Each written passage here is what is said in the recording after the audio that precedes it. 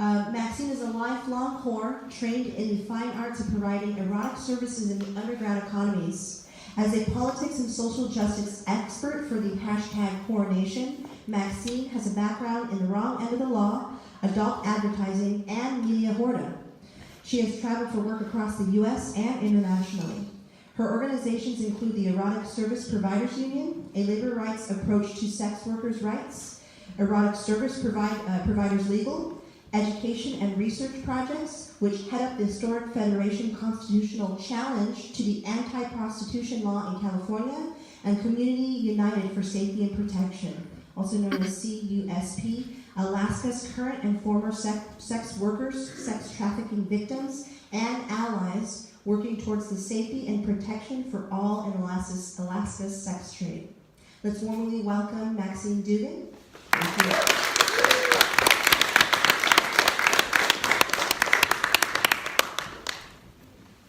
Good afternoon, Humboldt. I'm so excited to be here. Thank you for having me. Congratulations on having, probably your first whore speaker. Hopefully not your last. I'm grateful to be here and privileged to speak on Indigenous lands. I have worked as a prostitute for 32 years, and I pretty much plan on working as a prostitute for another 32 more. I founded the Erotic Service Providers. Those are people who earn a living through, different type of erotic labor. You can be a phone sex operator, adult film performer, an exotic dancer,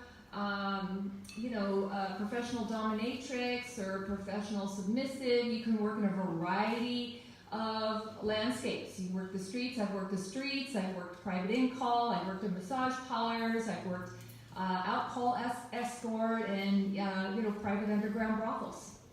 So I'm so glad to be here today, especially because it's the topic came up earlier about the Violence Against Women Act, and I think it's very important. I'm going to kind of follow on what was said about that, given that that act has been defunded. Because the Trafficking Victim Protection Act was put under the Violence Against Women Act a couple of years ago. The Trafficking Victim Protection Act, as we like to call it, the War on Whores Act, was actually put together under the guise of trying to rescue people who were involved in the sex trade out of the sex trade. Because primarily prostitution is criminalized on a state-by-state basis, except for a couple of counties in Nevada. So most all of us work in the underground. We work in criminalized circumstances. And so because we're criminalized, we're often targets of violence in different forms. And so when they put together this Trafficking Victim Protection Act under the guise of trying to rescue us from our jobs, we were like, wait a minute. Some of us want to be working in our jobs. Sometimes we want to change the conditions that we want to work under, but because it's criminalized, we have to maybe kind of patchwork together situations that aren't ideal, but they're the best we can do. And then we have people involved in the sex trade because of the criminalization of prostitution who maybe shouldn't be there. And so what the Trafficking Victim Protection Act actually does, and actually I really want to tell you something important. While the Violence Against Women Act has been defunded, the Trafficking Victim Protection Act got reauthorized on December 31st, 2018. So while the government was shut down, they authorized $430 million for the War on Whore Act. Wow. So while the Violence Against Women Act is going unfunded, they allocated $430 million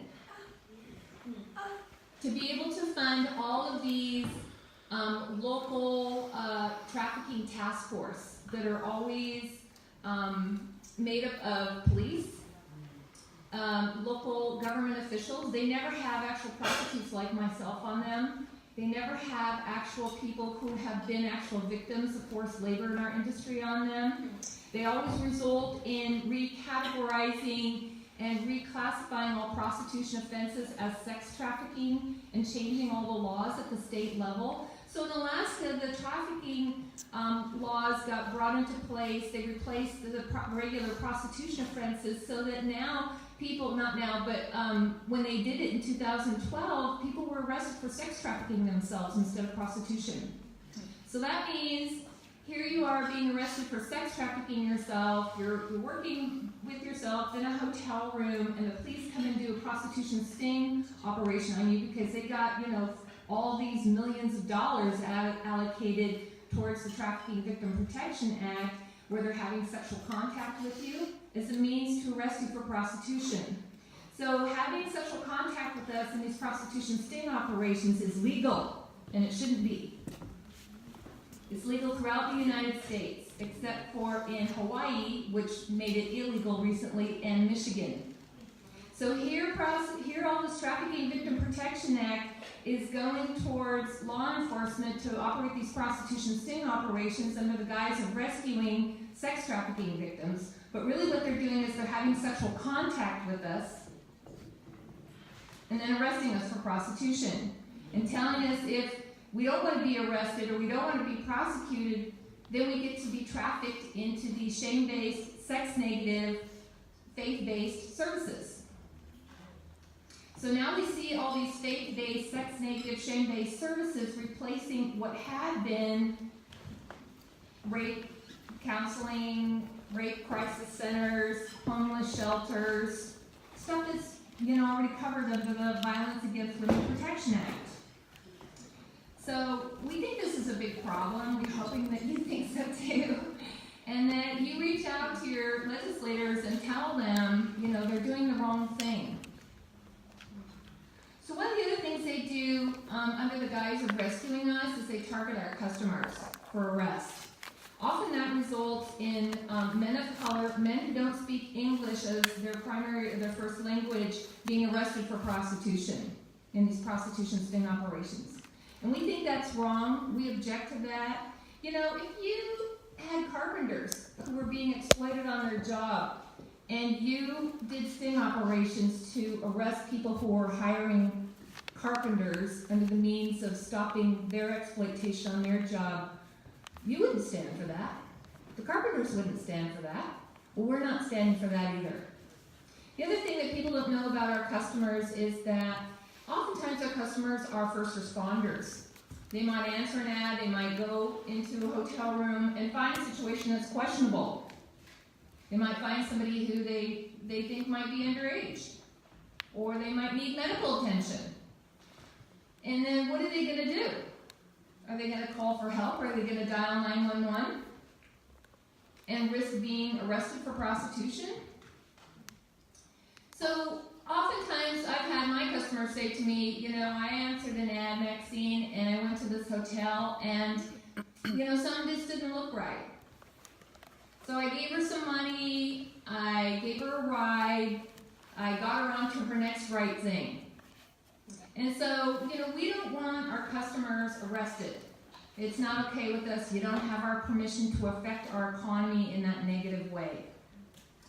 Some of the other good things that are going on, because I know that sounds so depressing, is that our Senator Scott Wiener has brought forward a law that says you can't be arrested if you're a victim or a witness and you want to report a crime, that you can't be arrested for prostitution. So that's called Senate Bill 233, and I would really appreciate it if everybody could reach out to your California state senators, either individually or as your groups, and write a letter and say, yeah, we support people being able to have immunity and report if they're a victim or a witness to crime of sex trafficking, of rape, robbery, theft, coercion, or extortion without being charged with prostitution.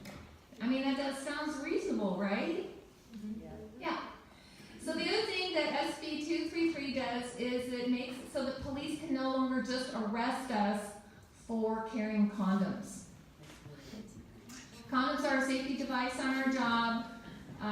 We want the right to be able to negotiate for our own labor and our own safe work conditions, and using condoms on our job is part of the way that we do that.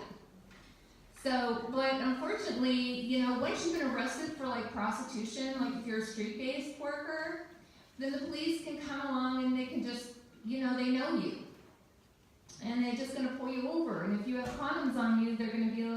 charge you with prostitution again. So we want condoms to be like the safe place, really. And so I'm just really hoping that you guys can just take the time and be able to, reach out to your legislators and let them know that you support SB 233, because we support it at the Erotic Service Providers Union. And, I wanted to be available to answer any questions if, there was just a couple questions, because oftentimes people never get to, hear from anybody in our community. You can reach out to me anytime. You can call me. My phone number is 415-265-3302 if you have any questions. You can go to our website. You can Google Erotic Service Providers. You can find our websites, see what we're up to. But